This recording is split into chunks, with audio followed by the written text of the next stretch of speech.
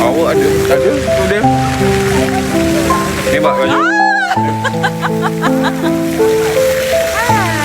Tengok orang Arsenal. Arsenal kan? Away. Itu. Tahu tak away tu apa? Dia tahu, dia orang belajar. Pernah main-main, I main bola, saya buat jaringan hat-trick tau. Betul, semalam. Ya. Apa ni spam ni?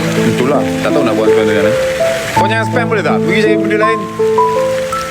Ya, haul lah. Datang London ke lain.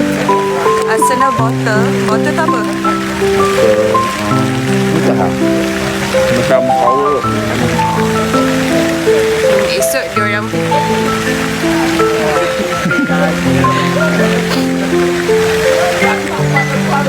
comel, betul.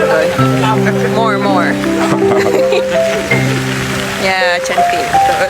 Tak, macam tu je. Kat mana kita dekat Kensington kan? Kensington Park? Kensington Park kan? Ya, Kensington Park. Taklah, ni orang tahu je kan JC Arsenal. Orang tahu lah. Ingat je season 2 season lagi ke? Dekat UK ke? Ini dah buka UK Belanda. Stres lah aku. Macam mana nak? Macam mana nak ni?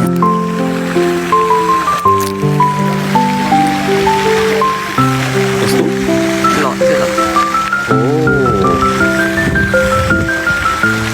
Dah main jauh-jauh. Oh macam tu. Sebaiklah dia ada ke tak? Saya asyik tengok je nak sedap tu.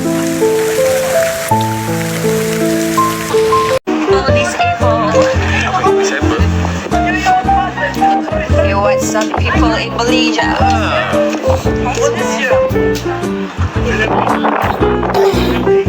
Sekejap lah.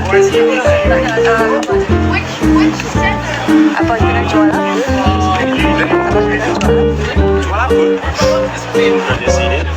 Hello ketua.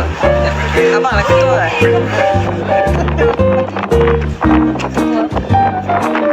Oh, Kamu cantik. yes. Yes lah. Yes. Alhamdulillah.